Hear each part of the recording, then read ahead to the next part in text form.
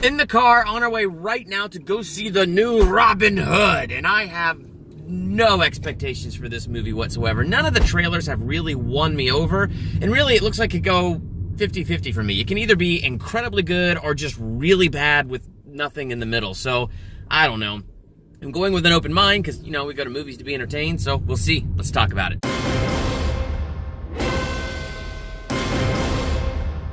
Welcome to Durbania. I'm Durbin, and this is my spoiler-free review for 2018's Robin Hood. So, how was it? Was it absolutely spectacular and surprising and really good?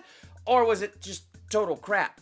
My answer, it was absolutely neither. This was a perfectly average movie. For me, it kind of teetered more towards the negative than towards the positive, but, I don't know. It kind of just did this thing, staying right in the middle of the road. And I wasn't expecting that. I was either expecting to be surprised by this movie and really, really enjoy it, or absolutely dislike it. And that's because of the trailers. When I was watching the trailers, there were things in the trailers that looked really, really cool to me, that kind of appealed to me. And then there were things in the trailer that just turned me off completely and I had no desire. And that was the movie for me. For me, I went in to watch this movie and there were things in it that were done really well and story elements that I liked and that kind of pulled me in.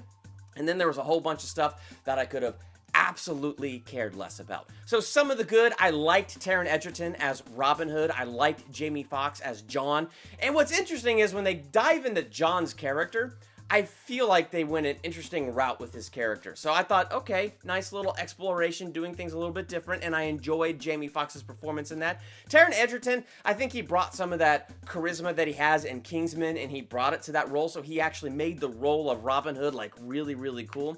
Marion, I just did not attach to her. Like, just some of the love story between Robin Hood and Marion and some of Marion's acting or just the way she delivered her lines, probably not the actress's fault, probably just how she was told to do it. It just reminded me a little too much of some of that CW drama. So none of that really felt dynamic to me and it didn't really stand out to me, but I did like Taron Egerton, and I did like Jamie Foxx. And a lot of the action was really, really cool looking. I mean, one of the things that I thought was cool, so I did archery for a short time, so I'd find all these videos on YouTube of like all these different archers and the amazing things they could do. And some of those guys, they get out there with like 3 arrows in one hand, their bow in the other hand, they zoom, zoom, zoom, like super fast. And so the way they utilize that technique in this movie, to me, like, that was really cool. So I had a lot of fun with like little things like that, and I really enjoyed the action. But a lot of the negatives just really stood out for me in this movie. And one thing about this movie is it felt like it was a superhero movie, a vigilante superhero movie. And a couple times it just went, yeah, I think Stephen Amell having Green Arrow turn into a movie would be a bit better than this, because it had that vibe where it was kind of like that Green Arrow vibe. And there were chunks of this that kind of reminded me of Batman Begins, because, Bruce Wayne does all the training, he comes back, montaging as he sets up to become Batman and starts getting that stuff together. You have him walking around with the rich, posh people. Well, a guy dresses up like a bat clearly has issues. You'll get him eventually.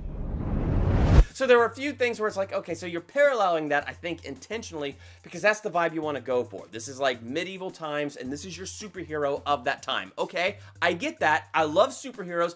I'm with it. But for instance, with Batman Begins, where it's just one movie about the birth of the legend of Batman, I mean, they really drew you into the character when you saw him training with Ra's al Ghul. And then when they sort of montaged, finding the Batcave, getting his suit together, talking to Foxx, and getting the Batmobile, the way they montaged that together, it felt like they didn't linger on things too long, but they took just enough time that it invested you in that. And to me, that was a major weakness of this movie. So Robin of Locksley returns, everything's bad, and so he decides he's gonna go and be this vigilante hero and do this Robin of the Hood thing, but the way they would montage into, the refining of his skills, the refining of the bow technique, as much as some of that was cool, it felt like they montaged over it quickly. And the time frame was really quick. I mean, you had this scene where Marion walks up and I don't know, then it's like a day later, she goes, yeah, I was at your house the other day, but in that time, we had this massively long montage of him learning how to be a great archer. So it's like, oh, so what? It took you like a day or two to master all of that? And then it's like a day or two of him as the Hood. And as he goes out there in a day or two of the Hood, suddenly this massive legend is birthed. And so it's like, wait, slowed down just a little bit. It just felt like the way it montaged it, it skipped over things that would connect me and bring me into the birth of the legend, and it just kind of felt like, okay, we're just fast forwarding through this to get to more of the action. Okay. Which the action wasn't bad, but still, I don't know. So that was kind of my thing. And then even in some of the action sequences, you could just tell it was green screen. Like, they're riding the horses, and then it would come up close on their face, and it's like, oh yeah, that's fake. That's a green screen, all right. So like some of those places, it just didn't really work out as well for me. So I mean, I don't know. That's kind of where it is for me. Like, I watch this, and to me, it's like, okay, I see what you're going for. It's a superhero movie, but they just didn't connect me the same way Nolan connected me to Batman with the birth of his legend, or in season 1 of Arrow, the way they connected me to, you know, Stephen Amell's character, which is not fair because Arrow is a full season. So that's why I keep to the Batman Begins comparison, because it's one movie. But the point is yeah, it didn't bring me in at that key thing, which is the birth of his legend. So it's not that I wanted to sit there in a 3-hour movie, but they definitely needed to find some sort of balance and bring us into that character a little bit better, and maybe adjust that timeline a little bit. I don't know. It was kind of weird and kind of pulled me out of the story. Anyway, those are just kind of my overall thoughts. I'm giving this one a C. I didn't hate it. I didn't love it. This was just totally average for me. I mean, honestly, if this Thanksgiving weekend you want some mindless action fun and you don't want to go into something super deep, boom! I think you'll have a lot of fun because Taron Egerton does bring his charisma to this. Jamie Foxx does do a good job with this.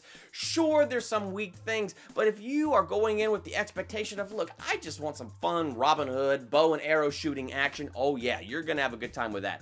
If you want something a little bit deeper, this might not be the film for you. Me, I enjoyed it surface level for what it was, but I don't feel like I need to see it again or own it. So if you saw this movie, what did you think about it? Let's talk about that in the comments. And while you're there, hit the subscribe button, become a Durbanian, and hit the bell by the subscribe button so you're notified for my next movie review, theological analysis, ranking video, or anything else I do here. I'm Durbin.